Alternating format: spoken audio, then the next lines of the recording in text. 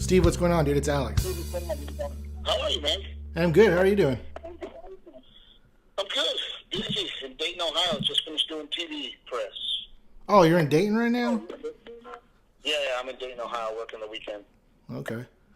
Well, you know what? I know you're busy, but I appreciate you taking the time to talk to just some random stranger. So it's very, very fucking cool of you. No, I appreciate you, man, and I don't say anything I don't mean, man. I really do want to do it, so yeah, I'm glad that we're able to find time. Yeah, I appreciate it very much. Thank you. But I just right off the bat, I need to give a shout out to a couple of my friends, Chris and Tracy. They're the ones that actually introduced me to your comedy, and that's awesome. And they've met you a few times out and about, like you're either doing a show or just wherever, and they say that. Like, because they're a lesbian couple, and so whenever Chris is there, and she'd be like, "Hey, Steve," and you're like, and you always say, "Hey, where's your wife?" And then she'd be like, "Well, let me go get her." Or if Tracy runs into you, you always say, "Hey, where's your wife?" So you always recognize them, man. So that's. Well, I mean, look, man, I am truly appreciative to anybody that cares enough to come and say hello or I mean, look, for me, it's a dream come true, and I feel like I'm the lucky one. And I mean, if somebody comes up to me and I genuinely want to know them, I want to know their spouse, I want to know, and I try to remember people as much as possible. So, and I know exactly the couple you're talking about. I saw them at Green Hall. Yeah, exactly. That's very cool of you. Like very, very personable. I mean, not a lot of people like in the biz or however you want to call it. They're just kind of want to just do it just to get their paycheck and go on, get with their lives. You know what I mean? Well, it's weird because they want to be famous, but they don't want the things that come with fame. Yeah. Have you ever seen that show with that Seinfeld show, riding in cars, getting comedians or coffee? You know what I'm talking about? Oh yeah, absolutely. They said something about that. Like someone was taking pictures of Jerry Seinfeld and Zach Galifianakis, like on the street of wherever they were in New York or something. And Jerry was just like walking along and saying hi to everybody. And Zach was like, "Do you let people just take pictures, or they're videotaping you like in a clothing store?" And he's like, "Well, that's what we're paid to do." You know what I mean? You're out in public, so it's for the public viewing. So what are you gonna do? Hide? It makes no sense. Right. Well, Jerry's attitude towards it, like the paparazzi, I don't know if you know this, but the paparazzi would pay his parking tickets. Oh, do they really? Like, literally, they're like, "Hey, Jerry, I got this parking ticket. I'm going to pay it for you." Because he's so gracious to everybody and treats everybody great that they don't hassle him. It's like, dude, if you're a dick, they're going to bother you. They're going to treat you like a dick. Right. So you never see Tom Hanks having a problem. You no. You never see Tom Cruise having a problem. You never see Jerry Seinfeld having a problem. You know what I mean? It's like Adam Sandler doesn't have problems. It's just the dicks. It's the people with the umbrellas trying to break car windows and shit. Right. I mean, I remember it was so funny because I grew up in Corpus Christi, Texas, and I used to wait tables at this place called El Chico, this Mexican restaurant. Uh-huh. And I remember A.B. Quintanilla coming into the restaurant, and, he literally had, like, the hat really low on his face. That's is that Selena's, Selena's brother. Brother, right, okay. So he's like trying to hide, but he was so obviously trying to look famous.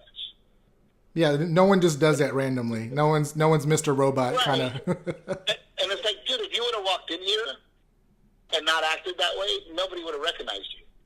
Yeah, no one would give a shit. So that he kind of brought that upon himself, obviously.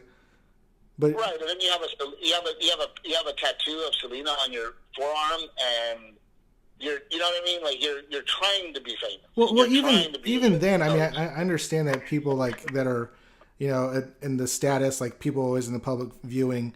I mean, you're gonna get looked at if you're going out to go eat at a restaurant. So, I mean, if you didn't want that kind of thing, you can get the Uber. Yeah, and you know what? I feel it, right? Like if I'm at the airport, as a matter of fact, flying to Dayton, Ohio, the stewardess was like big smiles every time she'd come and talk to me.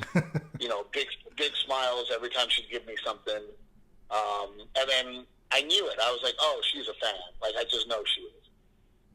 And then sure enough, when we landed, she was like, hey, Mr. Trevino, I'm a big fan. Can I get a picture? I was like, yeah, of course. But I can feel it, and I know when somebody is either recognizing me or trying to recognize me. But a lot of times they don't recognize me because I'm in places that they don't think that. And I get that all the time. They're like, "Oh my God, I didn't know you would come to Home Depot." Or sometimes when people see like a group of people huddled around one person, they're like, "Well, obviously this guy is fucking famous, so let me try to look up a picture or like find out." And you're like, "Oh yeah, this is the Steve Trevino guy." It makes sense. So, well, and that to me is actually the frustrating part, and it is what it is. And maybe I earn a new fan, but if I'm walking through the HEB and somebody wants to take a picture with me, then everybody around them is like, "Oh, maybe I should get a picture with this guy." Right? Even Yeah. if they don't know. Yeah. But at the same time, have you ever been to Chris Madrid's here in San Antonio? No. Oh man, that place has the biggest burgers, a cheddar cheesy burger. It's fucking amazing. So next time you're in town, you gotta hit up Chris Madrid's. I'm serious. Yeah, I will for sure. Or let me know and I'll buy you a burger. It's perfect. No, I'd love to go. But one time I was there because I like to go there for my birthday every year. One time I saw Jerry Jones was there. It was during like whenever the Cowboys were doing their training camp here in San Antonio at the Alamo Dome, and it must have been like one person went up there and was like, "Hey, excuse me, can I get a picture?" And I'm like, "Well, not when the guy's eating." And then next thing you know, a second guy comes up, and then a third, and like now just a group of people. So I've learned to like gawk from afar. I don't know if that makes any sense. Like I won't go up to people and be like, "Hey, can I take a picture with you?" But my favorite is two things. My favorite is the guy that comes up or the girl that comes up and goes, "Huge fan. I think you're great. Thank you." And then they keep walking. That's awesome. yeah. Or if somebody like already has their camera ready. Yeah, because Like they're already prepped. They have their camera ready on selfie, and they're like, "Hey, can I get a picture?" And I'm like, "Yeah, absolutely." Click, and then they're like, "Thank you, sorry to bother you," and they're gone. and the whole experience took or do you literally 30. Do you have anyone that's like, "I've seen you before, man, and tell me where I've seen you"? Like, you know what I mean? Yeah, I get that. I get, or does anybody ever tell you that you look like Steve Trevino? Which is really funny. You're like, and I'm like, yeah, I am Steve Trevino. And they're like, well, what are you doing? What are you doing in Dayton? Eating. Yeah, what are you, and I'm like, I'm just eating. But, I mean, for the most part, like I said, I mean, I appreciate it. I'm very, very honored when somebody, like I said, cares enough to come over and say hello or say thank you or, I mean, I get messages on Facebook all the time where it's like, I have cancer and you're the one that I watch your videos to get through chemo. I mean, stuff like that, man. And I don't want to miss one of those. And I want to make sure that those people, I respond to them or I find time to say hello, Right. So when do you, that's amazing, man. A bit like being personable like that and being like not an open door, but someone that's like approachable, I guess. And that's very cool of you. I like that. I appreciate that about you very much. So I appreciate that. When do you think, like, did you feel like when there was a specific time or something that you can pinpoint when things started to get bigger for you, take off for you? You know what I mean? Like, it's it's weird. There's a God, what's the name of that song? I'm gonna have to send it to you. But there's this great song, and it's called the Good Old Days. Have you heard the song? No, but who is it by? It's by this guy named. Hold on, I'll tell you right now. I thought you were gonna say something like Alanis Morissette or something. No, it's very out of my genre list. Okay. But my wife called me and she's like, "You gotta hear this song." What's your genre, by the way? I listen to Texas country, classic rock. It's by Macklemore. Oh, okay.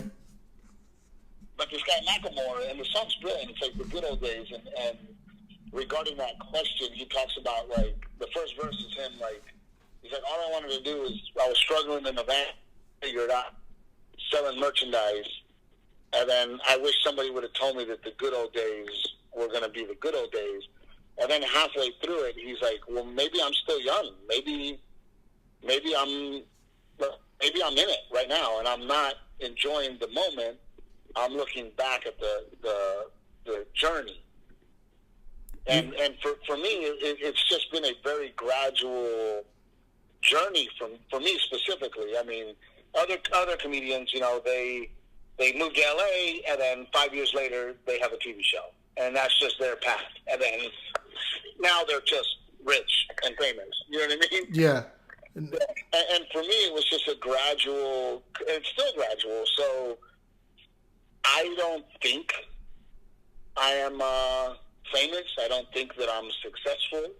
I just think I'm me, and I'm just doing my thing and trying to get to the next thing, and constantly trying to work, and constantly trying to be funny, and constantly trying to connect with fans. And I've just been doing that since the beginning. So I don't know if there was ever a moment of like, oh crap, like things have changed, other than the fact that when my Relatable special came out on Netflix and I had a video go viral, then it just made me sell more tickets to shake more hands to try to earn more fans. So yeah. It's been very gradual for me. And so as far as your path goes, what were you doing to like get into it? Like, what did you start doing? Were you like in high school going to a comedy club, or were you like? Well, I mean, I wanted to be in a comedy club from an early age. I wanted to be a comedian from an early age, and then doing backyard barbecues. Back then when I was coming up, all the karaoke machines were a big deal, and everybody was singing karaoke in their backyard. And I would grab, they'd be like, okay, Steve's turn, and then I'd go and tell jokes. And then I That's just awesome. moved to Dallas. I'll be honest with you, man, if I knew how dishonest, how horrible this business is, I don't know if I would have done it. Well, that's probably the joy about like diving into something like that, is just not knowing. You're just clueless about it. It's probably for the best, obviously. And I never got into it for money. I love doing stand-up comedy, and I wanted to be a stand-up comedian, and it didn't matter to me. It didn't matter to me what, and especially I started when I was 19, so I didn't need much. I was bartending, I was doing stand-up comedy, I was meeting my heroes, which was cool. Working at the comedy club. Who was that? And what's that? Who were the heroes that you were meeting? Like the guys you looked up to? Oh God, dude! I mean, you name it, I've met them. I mean, from Dave Chappelle to George Carlin, I got to meet. Oh, that's awesome, man! Before he passed away, you name a comedian, and I got to meet him. And when I was coming up, Comedy Central was a big deal, and to be friends with some people like Dave Attell and Louis C.K., despite the fact that he's in the news a lot lately. But, I had a discussion about him not too long ago, and I was like, what do you expect at 4 a.m. or 3 a.m? You know what I mean? Like, oh, don't even get me started with that. Like, I think Louis was collateral damage. Yeah, that's just bullshit. I thought that was just funny. I was like, Louis, that guy? No, he's fine. Yeah. Yeah, I love the way Dave Chappelle said it. Dave Chappelle said, wait a minute. He jacked off while you were on the phone. Right, yeah. That's Can you not hang up? exactly. Just Like, that's the easiest way out. You're not even in the same room. that's so stupid. But anyway, yeah, that's crap. But I mean, look, the journey, meeting my heroes, and then finding out that my heroes suck or they were dicks. That was kind of heartbreaking. But can you give an example of one, or you don't want to burn any bridges? Oh, I don't give a fuck. I mean, look, George Lopez, who I admired and admired. The guy's a scumbag, and look, he's a great comic. He's very funny at what he does, but he's never looked out for any Latino, period. That was going to be another question of mine coming up soon, but yeah, let's jump to that. Like, being Hispanic and Latino, like, is it harder to be a comedian? I mean, it's already hard. It's difficult to be Hispanic and Latino in a public eye because we don't get a lot of roles. You know what I mean? But then being it's impossible. It is literally impossible. Because you don't hear a lot. Let me put it in perspective. When I started comedy in 1999, 2000, no Latino comedian had ever had a successful sitcom, ever, at that point, when I started. Right. There was only one successful stand-up comedian, and that was Paul Rodriguez at that point. Oh, I remember that guy. Man, he was good. So I get in the business. And out of all the comics in the world, we have one. Now, that was 20 years ago, right? 18 years ago. Yeah. 2000 was 18 years ago. Here's the sad part. Now we only have two. Yeah, there's still not many at all. There's zero. There's George Lopez, who got a TV show in 2002, and that's it. Well, and then not to mention, when I walk into meetings and they say, well, you're not, we need you to be more ethnic, and it's not ethnic enough. It's like, you're like, but that's how most of the people are. They're like me. They look like me and they talk like me.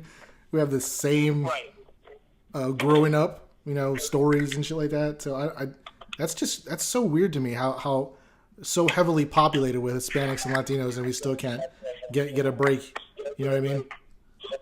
Well, I mean, look, don't get me wrong. I mean, we're allowed to be the stereotype. Yeah. If I was the stereotype, I'd be a little more successful. I mean, in the history of HBO, there's only been 4 Latino comedians ever on HBO. 4. That's crazy, man. And recently, last year, a year and a half ago, was Felipe Esparza. So before a year and a half ago, there was only 3. And George Lopez had to get a TV show on the air to get on HBO. Yeah. And you know what those 4 Latino comedians have in common? What? They're all from the Los Angeles area. Yeah, and they're not all just from there. Like, we're from Texas too, and Florida, and like everywhere. Right. So, look, man, and for me, I continue to work hard. I mean, Hollywood has given me 0 breaks. My wife and I paid for my Relatable special on Netflix. We paid for that ourselves. Shut your mouth. Netflix, did you really? Oh, yeah. Netflix didn't make me an offer. We shot it ourselves. That's fucking nuts, man. And it cracks me up when here's Monique bitching and crying about her $500,000 offer. Well, I had to shoot it myself. Man. Felipe Esparza wins Last Comic Standing, and he has to shoot his himself. He shot his HBO special himself? Himself. He paid for it himself, yes. Wow. Eliza Schlesinger wins Last Comic Standing, and Netflix can't stop giving her offers and specials. I tried watching that, and I can't do it. It's terrible.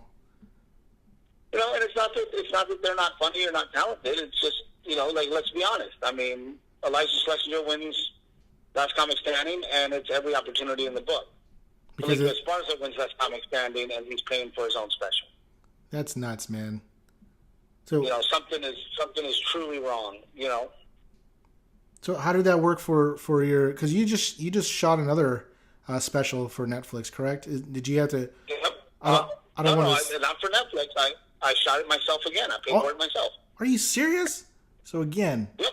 So no matter all the success, all the streams, and all the downloads, and all that shit, and they still can't send their own guys out to give you some of those 4K quality cameras and shit. Yeah.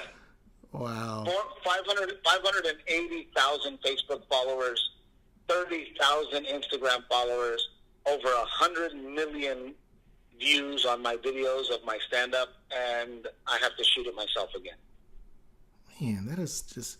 So how about we, can you start, your own kind of, streaming, not a streaming service, but like a YouTube thing? That's what we're doing now. I mean, we're going to distribute it without Netflix, without HBO. Recently, Jim Gaffigan released his own special himself, and we're just going to follow his lead because, Netflix and HBO, they're not making any offers, so I'll just take it out to the people. I'll let the people decide. Right. My entire career, and that's going back to the beginning of this conversation. That's why I'm so grateful. Because that makes a lot of sense. That makes a ton of sense. People have given me a career. Hollywood hasn't given me anything. Man, which is crazy because my friends who are on TV shows, they can't sell as many tickets as I do on the road. So they don't even come close. Yeah, and so it's all because because of the person you are, man. But so you gotta. I mean, where did that come from? Who instilled that in you? My dad. I mean, just work ethic. Well, and here's the thing. My dad raised me. If you work hard, you get what you deserve. And in Hollywood, that is not the case. In Hollywood, it doesn't matter how hard you work, how talented you are. They don't care. It has nothing to do with talent. Has nothing to do with work ethic. Has nothing to do with integrity. All the time I see these young comics come to town, and they're good networkers, and they're good at kissing ass and getting them the right clicks, and I was never good at that. Just your work ethic would be your resume pretty much instead of kissing ass. I would go to the Comedy Store, walk on stage, get a standing ovation, and I'd go home. And all my comedian buddies are like, dude, you gotta stay, and you gotta network, and I'm like, dude, I got a wife at home, man. Yeah, exactly. I came here, I fucking smashed, and I'm going home. It's pretty simple. You know what I mean? But look, everybody has their own path, and I have become successful on my own. With the help of my wife, and then with the help of people that they watch my videos and they go, "This guy's funny. I relate to him. I'm going to go watch him perform." And when we sell 2,400 tickets in San Antonio, Texas, and then I drive across the country and sell another 2,400 tickets in Boston, Massachusetts. It's all because of my stand-up and what I've been able to put out there on my own. And so do you do your own booking and stuff like that, or you have management or representation? I have an agent. Yeah. Yeah, I have an agent. I have a manager. They handle a lot of my bookings and negotiations on deals, but it's Hollywood has never given me anything, ever, and they continue not to. I just had meetings with ABC, CBS, NBC, and Fox, and they all said no. But why? Because you're not a stereotype, or you're not too what you said too ethnic enough, where you don't have an accent or something. I think so. I mean that's my theory. That I'm not ethnic enough. I heard, oh, your sitcom idea is too traditional. What does that mean? Does that mean not Mexican enough? Exactly. Or how about we just do the Jerry Seinfeld thing and just make it about fucking nothing? How about that? And just right. How about I'm just a really good comedian, and I talk about my wife, and I have the social media following and the web clicks to prove But wouldn't that even be good for? Wouldn't that even be good for the network? Because they're like, hey, check it out, we have a Latino here. So wouldn't that bring more eyes and viewings to them? You would think so, but they don't want me. They want. I mean, look, every sitcom that's ever been on the air has been the stereotype. Or unless you look like Mario Lopez. I mean, look, let's be honest. Felipe Esparza is very Mexican. Yeah, very. And his stand-up is, my parents came here from Mexico. And I mean, he's very clearly, I hate to say it, but stereotypical. George Lopez, also on HBO, very stereotypical. Paul Rodriguez, also on HBO, very stereotypical. So that's the only way to. That's the only way to do it. Right. Apparently, I mean, John Leguizamo's not a stand-up, but he's been on HBO, and it's stereotypical. Very, very. So when so here's 5 guys that have been on HBO, and their act is very, and it's not even about being stereotyped. It's very urban. You know what I mean? So that just bothers me, because I'm like, well, how else are you supposed to act? Like, this is just my upbringing. Like, your upbringing wasn't funny enough, but your jokes are fucking making a ton of people laugh. So that doesn't make any sense to me. It makes no sense to me. But you know what I'm going to do is I'm going to keep working hard. Exactly. I'm going to keep being gracious. I'm going to keep shaking everybody's hand that comes to my show, taking a picture with everybody that comes to my show. Yeah, continuing to work on my stand-up, continuing to put out specials. If the people want to see them, they will find them. When are you putting this one out? Your new one? We're looking at December. December. And, yeah. And were you thinking about putting that out just like on your website? No, it'll actually be distributed through any TV streaming service. Okay, so like Prime or something can. Yeah, Apple TV, Amazon Prime, Google. Okay. Xbox, Roku, anything that you can stream TV through, you'll be able to find my special. Oh, that's fucking awesome, man. And I'll promote it myself with $0, and me and my wife. I will help you promote it. But look, man, it's going to be successful again. It's gonna be successful again. No doubt about it. And then Hollywood's gonna go, oh, now he has 1 million followers. I don't get it. What is he doing? Right. I'm being funny and I'm being relatable and I'm putting out good stand up. Hi, it's me, Alex, host of the Finding Stacks podcast. I just wanted to take a moment in the middle of this wonderful episode and say thank you for tuning in. I know it's old school, right? But it's true. There are literally thousands of podcasts out there, and you could be listening to any one of them at this moment, but you aren't. You chose this one, and I'm truly grateful, so thank you. And I mean that from the bottom of my heart. And if you enjoy what's being played in your ears this far, why keep it to yourself? You gotta spread the word! If you have a few seconds, please take a moment to rate the show and write a little whimsical review about it. Or you know what, maybe you hate the show, but just know I don't hate you. I love you. I love you very, very, very, very, very, very much. But you don't have to take my word for it. Yes, another old school phrase. Hey there, Randy Jason Sklar here, and you are listening to us on the podcast Finding Stacks. Hey, this is Bill Watterson, and you're listening to Finding Stacks. And if you're us, then what the hell's wrong with you? And how the fuck did you get this fucking message? Heck. Be sure to follow the show on Twitter and Instagram under the name @FindingStacks.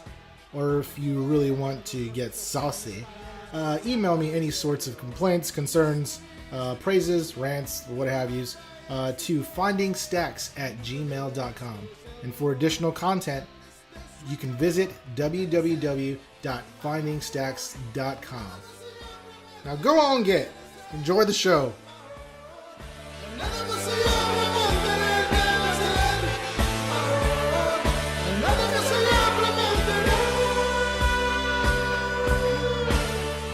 And that's another thing. So when you were working on because you were a writer for Mind of Mencia, right? Yes. And then that whole fallout about the plagiarism thing, obviously that I don't know if that was true because I mean I didn't read too much into it, but I know that there was like allegations about it. But I don't know about a comedy enough to like if you're stealing someone's joke or if you're stealing this. But I always thought it was just like if you take a little bit of here and a little bit there and then put your own kind of spin on it, that it's kind of okay. It's not a big deal. You know what I mean? Well, no, I mean what you're saying is that, you know, I will talk about my marriage, and I might talk about the birth of my child, right? And then Jim Gaffigan talks about his birth with his child, right? Yeah. So it's kind of we can both talk about the same topics, and we're also living the same experience. However, I tell my story the way that I tell my story. Yeah, it's just a little bit different. And I'm not using any of the punchlines that other comedian wrote and created for their story about birth of their child. Right. Okay. Well, see, because then I always thought it was funny because like in music, like in hip hop music, like they'll take samples and bits from like other people's music and then like make it their own. So I was just like, I thought it was like a fucking free for all. You know what I mean? Right. I mean, the problem. Okay, so let's say Jim Gaffigan, for example, does a bit about being in the delivery room. I can't watch that bit and then go tell it. But I do have the right to tell my story about my situation in the delivery room. Okay, but then like, isn't it kind of like a hassle if like someone to bring it up and be like, no, here's the comparisons. He did this, I did that. It's a totally different thing. But no, comics are aware. I mean, you know, Mencia screwed up. I mean, Mencia was getting busted doing jokes verbatim. Yeah, so his was like real plagiarism. Yeah, you know, I mean, and it was, you know, he thought he was changing it, but it's like Bill Cosby said, and then my son hugs, you know, then my son looks into the video camera and he says, "Hi, Mom." Yeah, and then right? Mencia, how did Mencia say it? Yeah, Mencia does the same joke, but instead of "Hi, Mom," it's "Hey, Dad." You know what I mean? It's like, dude, it's the same joke. It's the same thing, yeah. You know, and Paul Mooney was upset with Mencia because, you know, Paul Mooney was like, "Hey, there's no blacks in Star Wars."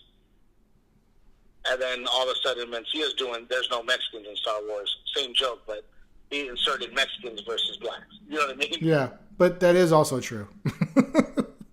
Right. But I mean, it doesn't help. It doesn't help either that Mencia isn't gracious, and Mencia is not a nice guy, and his real name is Ned, and he's really not Mexican. He's Honduran, and it's like, dude, you created this whole world around you that's not real.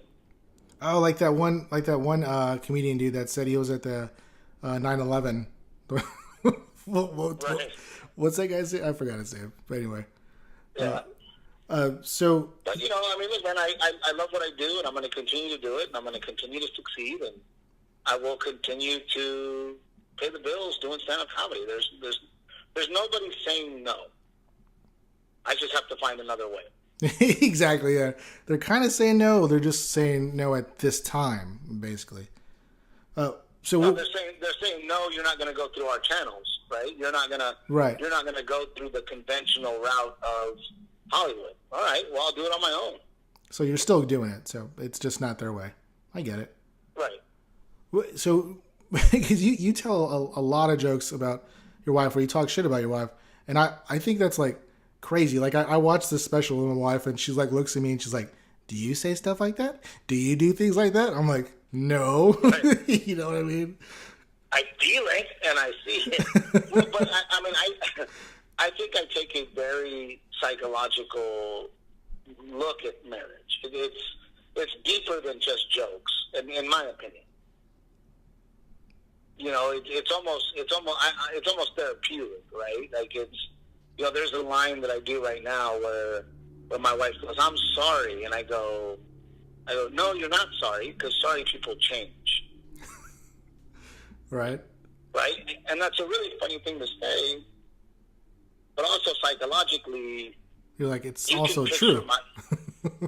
It's also true, and then you can picture the kind of person that my wife is. So do you let her know ahead of time, like, "Hey, babe, listen, I'm gonna fuck you up on this set, but just know I'm gonna buy you a never. purse or something. No, my wife's amazing, man. I'm very lucky. She has a great sense of humor. She's very confident. She's a beautiful woman, and anything I do on stage doesn't affect her. I mean, you know, and what's cool is she'll come watch a show, and then she hadn't seen me for a month or two, and she's like, "Oh my God, like you added that, or you added this, or that's funny, or I didn't even think you were going to turn that into a bit. I remember when that happened." You know. Oh, that's awesome, man. Very fucking supportive. That's beautiful, dude. No, I have an amazing wife, and I think that comes across in my stand-up. And I think that's another reason that I connect with America, because they look at me and they go, "This is an average dude living my life." Yeah, and then you turn it funny. Like there's funny shit happening all around me at all times, but I can't verbalize it. This guy's not making it up. It's very real to him. You know, I mean, I cut my own grass, which, by the way, I'm the only one in my neighborhood that cuts his own grass. You know, I had a bit for myself. I was like, my wife and I challenged ourselves to do a 2-minute bit, like a little stand up, like who would come up with the best one. And I was like, okay, and then mine was, it's not fun. It's not. I don't know how to set it up. Like what the knock knock, who's there? It's not like that. But it was me mowing the lawn outside, and then someone stopped on the road, because I live in a very, very white town. And so someone stops the car and asks me, like, "Hey, you do pretty nice work. Like, how much? Like, how much do you do your work for?" I'm like, "Well, no, sir, I live here." And they just chuckle and go, "Okay." But seriously, like, like for $40 to the trim, you know? And then I ended up. That's a very George Lopez, right? Like the mistaken identity. Yeah, right? and then I just accept the money and do it anyway. Right. But that's a very George Lopez-esque bit, right? You know, where, you know, they threw me their keys and said, "Hey, park my car." You know, so it's funny, right? I was actually writing a bit about, I want to be rich enough that when the weed eater wire runs out, I can just buy another weed eater. No, that's gangsta. Right? Like I still want to cut the yard myself. I just don't want to deal with putting fucking weed eater wire. Yeah. You can fucking hurt you get a paper cut, you can cut your nail or something. Right. It's too much trouble. Before you go, where can everybody find you on all the social media? Texas Trevino on Instagram, and then just, you know, if you Google Steve Trevino videos, you'll find me on Facebook or my website. But again, look, man, I'm out there doing it on my own. If you want to root for the underdog, man, please, I'm always going to be rooting for you. Join me in my path. Yeah, definitely, dude. I appreciate it, man. Take it easy, man. Bye, buddy. Bye.